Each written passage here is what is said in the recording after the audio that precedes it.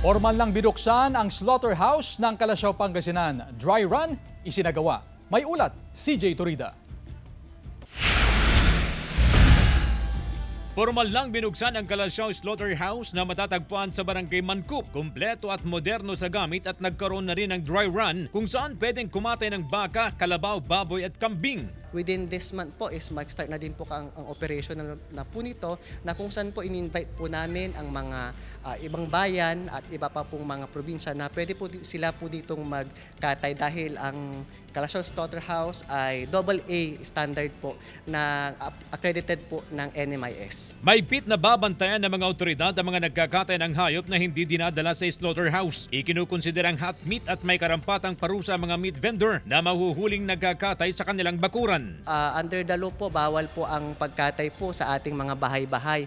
Hindi din po natin ng malinis na slaughterhouse para po mas ma-ensure po natin ang malinis, ligtas at wholesome na meat na mapapakain po natin sa ating hapagkainan. Sa ngayon, wala pang pinal na presyo para sa pagkatay ng mga hayop. Hindi naman magtataas ng presyo mga goat vendor kung sakaling maging operational na ang slaughterhouse.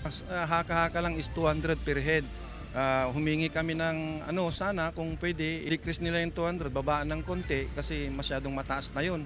Kasi minsan sa isang kambing kumikita lang kami is 300, 350, ganun. Pinag-aralan pa po namin kung need po namin ng dialogue sa ating mga meat vendors para naman po mas magkaroon po tayo ng magandang pag-uusap po sa kanila. Kasama si Ron Taniedo, CJ Turida, One North, Central Luzon.